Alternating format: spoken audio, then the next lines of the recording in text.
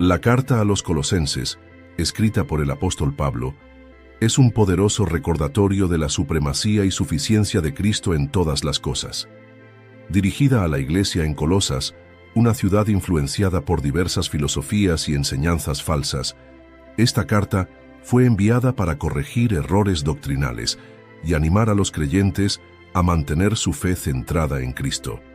Pablo presenta a Jesús como la imagen del Dios invisible, el creador y sustentador de todo, y el único que puede reconciliarnos con Dios. Además, exhorta a los colosenses a vivir vidas transformadas, reflejando la nueva identidad que tienen en Cristo.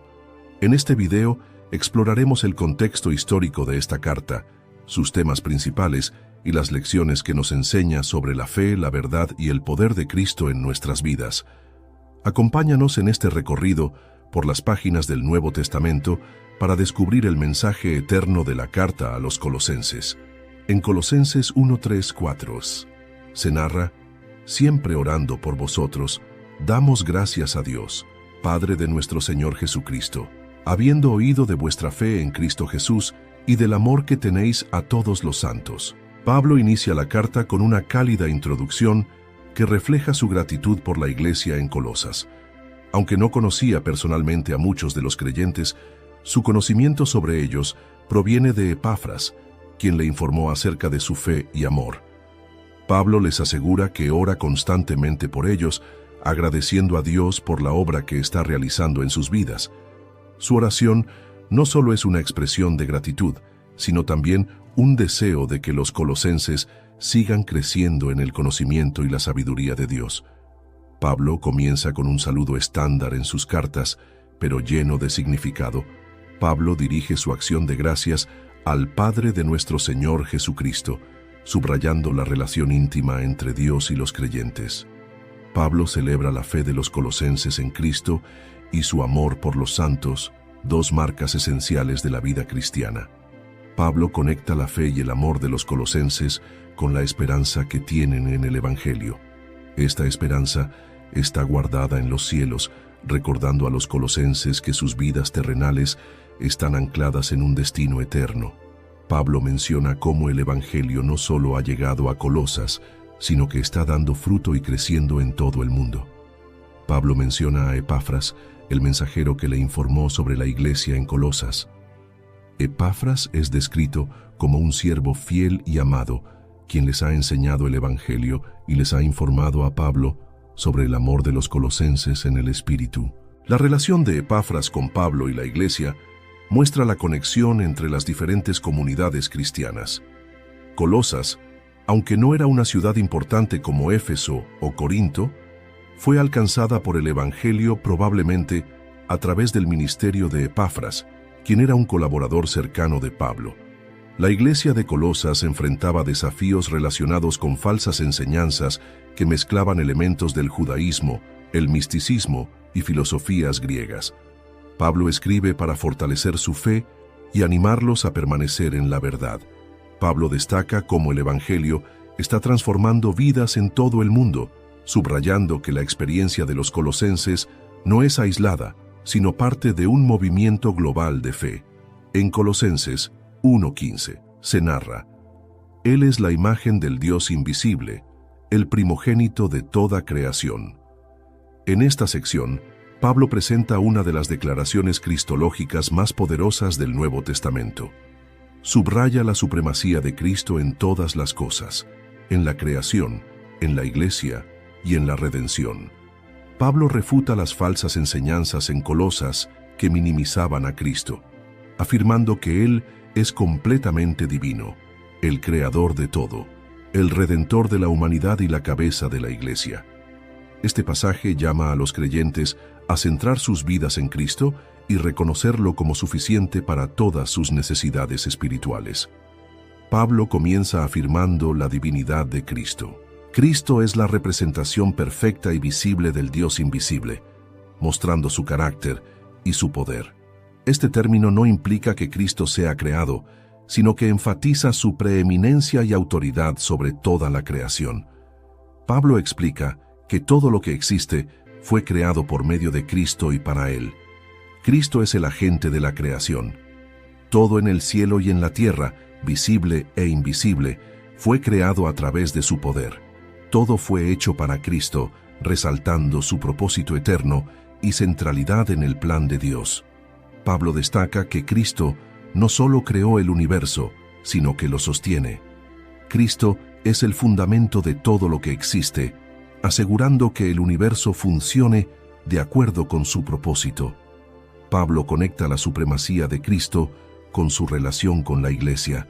Cristo es la autoridad suprema sobre la Iglesia, el cuerpo de los creyentes. Su resurrección lo establece como el primero en experimentar la victoria completa sobre la muerte. Pablo concluye con la obra redentora de Cristo. Toda la plenitud de Dios habita en Cristo, reafirmando su completa divinidad. Por medio de su sacrificio en la cruz, Cristo trajo reconciliación entre Dios y la creación, restaurando la relación rota por el pecado. Los colosenses enfrentaban influencias de filosofías humanas, judaísmo y misticismo que disminuían el lugar de Cristo. Pablo enfatiza que Cristo es suficiente y supremo. Primogénito. En el contexto judío, el primogénito tenía privilegios y autoridad. Pablo usa este término para subrayar la posición única de Cristo, no para implicar que fue creado. En una cultura que adoraba dioses relacionados con la naturaleza y los elementos, Pablo afirma que Cristo es el único creador y sustentador del universo. En Colosenses 1:21-22 se narra: «Y a vosotros también, que erais en otro tiempo extraños y enemigos en vuestra mente, haciendo malas obras, ahora os ha reconciliado en su cuerpo de carne, por medio de la muerte, para presentaros santos y sin mancha e irreprensibles delante de Él». Pablo continúa desarrollando el mensaje central del Evangelio al explicar cómo Cristo ha reconciliado a los creyentes con Dios. Antes de la obra de Cristo, los colosenses, como toda la humanidad, vivían alejados de Dios, atrapados en el pecado y enemistados con Él. Sin embargo, mediante su sacrificio en la cruz, Cristo restauró esa relación rota, haciendo posible que los creyentes sean presentados santos y sin mancha delante de Dios. Pablo también los exhorta a mantenerse firmes en su fe y en la esperanza del Evangelio. Pablo describe el estado espiritual de los colosenses antes de conocer a Cristo. Los colosenses, al igual que toda la humanidad, vivían como extraños a Dios debido a su pecado.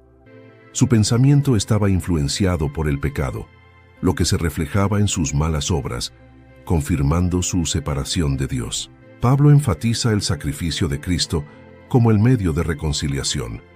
Cristo, mediante su muerte en la cruz, restauró la relación entre los creyentes y Dios. Pablo subraya la humanidad de Jesús, mostrando que su sacrificio fue real, físico y completo. Pablo explica que la reconciliación tiene un propósito eterno. Por la obra de Cristo, los creyentes son presentados santos, sin mancha e irreprensibles delante de Dios. Ya no son enemigos de Dios, sino hijos adoptados y justificados por su gracia. Pablo exhorta a los colosenses a mantenerse firmes en su fe. Los creyentes deben permanecer en la fe, sin moverse de la esperanza que el Evangelio les ofrece. Pablo menciona que este Evangelio es universal, proclamado a toda criatura bajo el cielo, y del cual él es ministro. En la cosmovisión judía, el pecado no solo alejaba a las personas de Dios, sino que las hacía enemigas de su voluntad. Pablo usa este marco para explicar el estado de los colosenses antes de Cristo. Enfrentando herejías que negaban la humanidad de Cristo, Pablo reafirma que el sacrificio de Jesús fue real y necesario para la reconciliación. Pablo refuta cualquier idea de exclusividad en la salvación, subrayando que el Evangelio es para todos, judíos y gentiles por igual. En Colosenses 1:27 se narra: «A quienes Dios quiso dar a conocer las riquezas de la gloria de este misterio entre los gentiles, que es Cristo en vosotros la esperanza de gloria». En esta sección, Pablo reflexiona sobre su llamado como ministro del Evangelio y el misterio que ahora ha sido revelado, Cristo viviendo en los creyentes, incluidos los gentiles. Pablo subraya su labor como siervo, su disposición a sufrir por el Evangelio y su compromiso de presentar a cada creyente maduro en Cristo. Este pasaje destaca la universalidad del Evangelio y el poder transformador de la presencia de Cristo en los creyentes. Pablo describe su ministerio como un llamado divino para proclamar el Evangelio. Pablo se considera un administrador encargado por Dios de revelar el Evangelio a los creyentes. Su misión incluye enseñar y predicar la palabra de Dios en toda su plenitud. Pablo presenta el misterio que estuvo oculto por generaciones y que ahora se ha revelado. Este misterio es Cristo en los creyentes, tanto judíos como gentiles, una verdad que transforma vidas y trasciende barreras culturales. La presencia de Cristo en los creyentes asegura su futuro glorioso con Dios, dándoles una esperanza viva. Pablo detalla su objetivo final como ministro del Evangelio. Su meta es guiar a todos los creyentes a la madurez en Cristo, enseñándoles y exhortándoles con sabiduría. Pablo reconoce que su fuerza proviene de Cristo, quien obra poderosamente en él para cumplir esta misión. Pablo comparte cómo está dispuesto a sufrir por el bien de la Iglesia. Pablo se regocija en sus sufrimientos, viendo su labor como una contribución al cuerpo de Cristo, la Iglesia. Sus aflicciones no son en vano, son un medio para fortalecer y edificar a la Iglesia. En el Antiguo Testamento, el plan de salvación de Dios estaba parcialmente oculto. Ahora, en Cristo, se revela plenamente la inclusión de los gentiles y la presencia de Cristo en todos los creyentes. Para una iglesia en Colosas influenciada por el judaísmo, la idea de que los gentiles fueran iguales en Cristo era revolucionaria. Pablo reafirma que en Cristo no hay distinción. Pablo escribía desde la prisión, lo que enfatiza su disposición a sufrir por el Evangelio. Su ejemplo servía como inspiración para los creyentes. En Colosenses 2:8 se narra: «Mirad que nadie os engañe por medio de filosofías y huecas sutilezas, según las tradiciones de los hombres, conforme a los rudimentos del mundo, y no según Cristo». En esta sección, Pablo advierte a los colosenses sobre las falsas enseñanzas que amenazaban la pureza de su fe en Cristo. Estas enseñanzas mezclaban elementos del judaísmo, el misticismo y las filosofías humanas, desviando a los creyentes de la verdad del Evangelio. Pablo exhorta a los colosenses a mantenerse arraigados en Cristo, recordándoles que en Él tienen todo lo que necesitan para la salvación y la vida espiritual. Subraya la supremacía y suficiencia de Cristo como el fundamento inquebrantable de su fe. Pablo comienza con una advertencia directa contra el engaño espiritual. Pablo denuncia las enseñanzas basadas en tradiciones humanas y rudimentos del mundo, las cuales carecen de valor espiritual. Estas filosofías se alejaban de la verdad del Evangelio y ponían en peligro la fe de los colosenses. Pablo reafirma que Cristo es suficiente para la salvación y la vida espiritual. En Cristo habita toda la plenitud de la deidad en forma corporal, reafirmando su divinidad y humanidad. Los creyentes no necesitan nada más fuera de Cristo, ya que Él es el fundamento de su identidad y salvación. Pablo detalla cómo Cristo transformó sus vidas mediante su obra redentora. Los colosenses han sido circuncidados espiritualmente, despojados de la naturaleza pecaminosa por medio de Cristo. A través del bautismo, los creyentes comparten la muerte y resurrección de Cristo, simbolizando su nueva vida en Él. Pablo destaca la victoria total de Cristo sobre todo poder que pueda oponerse a los creyentes. Cristo canceló el acta de los decretos que nos era contraria, clavándola en la cruz y perdonando nuestros pecados. Cristo triunfó sobre las fuerzas del mal, exponiéndolas públicamente y declarando su victoria. Estas enseñanzas combinaban elementos del judaísmo, como la circuncisión y las reglas dietéticas, con prácticas místicas y especulaciones filosóficas griegas. Colosas, como otras ciudades del mundo grecorromano, estaba influenciada por diversas religiones y filosofías. Este sincretismo amenazaba con diluir la pureza del Evangelio. Las filosofías humanas exaltaban el intelecto y la autosuficiencia, en contraste con el Evangelio, que enfatiza la dependencia total en Cristo. En Colosenses 3:1 se narra: si pues habéis resucitado con Cristo, buscad las cosas de arriba, donde está Cristo sentado a la diestra de Dios. En esta sección, Pablo llama a los colosenses a vivir de acuerdo con su nueva identidad en Cristo. Les recuerda que, al haber resucitado con Él, deben dejar atrás su antigua naturaleza y buscar las cosas celestiales. Pablo presenta un contraste claro entre la vida antigua y la nueva vida en Cristo, exhortándolos a despojarse de las actitudes y conductas pecaminosas y a vestirse con las virtudes de una vida transformada. Esta enseñanza subraya que la vida cristiana no es solo un cambio interno, sino también un cambio visible en cómo vivimos y tratamos a los demás. Pablo comienza recordando a los colosenses su resurrección espiritual en Cristo. Los creyentes deben centrar su atención en las cosas celestiales, donde Cristo reina, en lugar de las cosas terrenales. La verdadera vida de los creyentes está oculta con Cristo en Dios y se manifestará plenamente cuando Él regrese en gloria. Pablo detalla las actitudes y conductas que los creyentes deben abandonar. Los colosenses deben dejar atrás pecados como la inmoralidad sexual, la impureza, las pasiones desordenadas, la avaricia y el mal carácter. Pablo enfatiza la importancia de la integridad, recordándoles que han desechado al viejo hombre con sus prácticas. Después de dejar atrás la vieja vida, los creyentes deben vestirse con la nueva naturaleza en Cristo. La nueva vida es un proceso continuo de transformación a la imagen de Cristo, guiada por el conocimiento de Dios. En esta nueva identidad no hay distinción entre razas, clases sociales o antecedentes. Cristo es todo y está en todos. Pablo describe las virtudes que deben caracterizar a los creyentes. Estas cualidades reflejan el carácter de Cristo y deben ser evidentes en la vida diaria.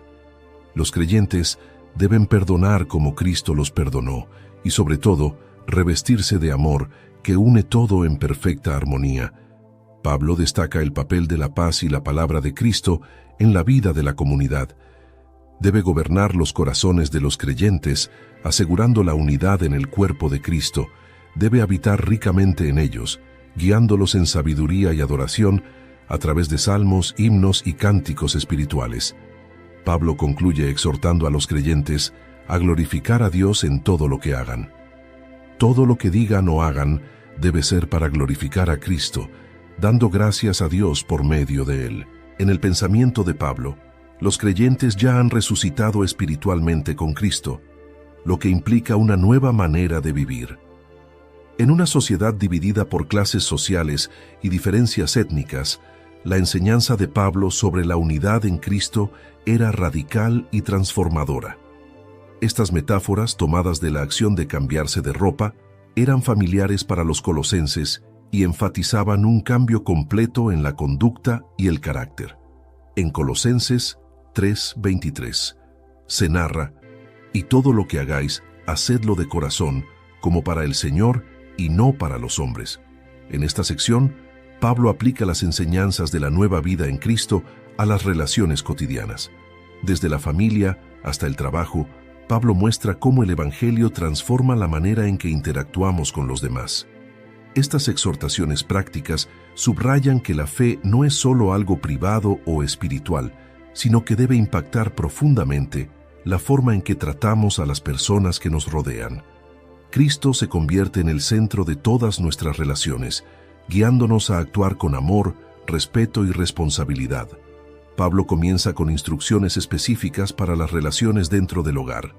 Las esposas son llamadas a someterse a sus esposos como conviene en el Señor, mientras que los esposos deben amar a sus esposas y no ser duros con ellas. Los hijos deben obedecer a sus padres en todo, ya que esto agrada al Señor, y los padres no deben provocar a sus hijos para que no se desanimen. Pablo aborda las dinámicas entre amos y siervos, proporcionando principios que también se aplican al ámbito laboral moderno. Los siervos deben obedecer a sus amos terrenales no solo cuando están siendo observados, sino con sinceridad de corazón, como si sirvieran al Señor. El trabajo debe realizarse con excelencia y compromiso, sabiendo que la recompensa viene de Cristo. Los amos deben tratar a sus siervos con justicia y equidad, recordando que ellos también tienen un Señor en los cielos. Pablo enfatiza que Cristo es el fundamento de todas estas dinámicas. Todas las relaciones deben ser vistas a través del lente de nuestra relación con Cristo, quien gobierna sobre todos y nos llama a vivir de acuerdo con su carácter. Las relaciones transformadas no solo glorifican a Dios, sino que también sirven como un testimonio del poder del Evangelio en la vida diaria. En el contexto grecorromano, el hogar era visto como una microestructura del Estado, con roles definidos y jerárquicos. Pablo adopta esta estructura, pero la llena de amor y mutualidad en Cristo. La esclavitud era una institución común en la sociedad romana. Aunque Pablo no aboga por su abolición inmediata, establece principios que transforman estas relaciones, mostrando igualdad espiritual en Cristo. La enseñanza de Pablo sobre el amor, la justicia y la equidad era contracultural en un mundo marcado por el autoritarismo y la desigualdad. En Colosenses 4:2 se narra: perseverad en la oración, velando en ella con acción de gracias. En esta sección final, Pablo ofrece exhortaciones prácticas a los colosenses, enfocándose en la oración, la sabiduría en el testimonio y la importancia de la comunidad cristiana. Concluye la carta enviando saludos personales, mostrando la conexión profunda entre las iglesias y los colaboradores del Evangelio. Estos saludos subrayan la unidad en Cristo y el valor de cada creyente en la misión de extender el Evangelio. Pablo comienza con una exhortación a mantener una vida de oración constante. Los creyentes deben ser persistentes y vigilantes en la oración, cultivando una actitud de gratitud. Pablo pide que oren por él y sus colaboradores, para que Dios les abra puertas para proclamar el Evangelio y compartir el misterio de Cristo. Pablo exhorta a los colosenses a interactuar sabiamente con quienes están fuera de la fe. Los creyentes deben aprovechar cada oportunidad para testificar de Cristo, actuando con sabiduría en sus interacciones con los no creyentes. Sus palabras deben ser siempre con gracia, sazonadas con sal, para saber cómo responder a cada persona. Pablo menciona a varios compañeros de ministerio, destacando su contribución al trabajo del Evangelio. Pablo envía a Tíquico como mensajero para informar a los colosenses sobre su situación, acompañado de Onésimo, un esclavo redimido que ahora es un hermano en Cristo. Pablo menciona a otros colaboradores como Aristarco, Marcos, Justo, Epafras y Lucas, resaltando su dedicación al ministerio. Los saludos personales de Pablo reflejan la conexión y el apoyo mutuo entre las iglesias. Pablo anima a los colosenses a compartir esta carta con la iglesia en la Odisea y a leer también la carta que envió a ellos. Pablo dirige un mensaje específico a Arquipo, exhortándolo a cumplir su ministerio en el Señor. Pablo cierra la carta con un recordatorio de su situación y una bendición. Pablo autentica la carta con su firma, recordándoles que está encarcelado por el Evangelio. Concluye deseando que la gracia de Dios esté con ellos. Las cartas eran una forma común de comunicación entre las iglesias. Los mensajeros como Tíquico y Onésimo no solo entregaban las cartas, sino que también explicaban su contenido y traían noticias. Las iglesias primitivas estaban conectadas y colaboraban en la expansión del Evangelio. La referencia a compartir cartas subraya la importancia de la unidad y el intercambio de enseñanzas. La oración por las puertas abiertas y la claridad en el mensaje era crucial para la misión de Pablo, especialmente en un contexto de oposición y encarcelamiento.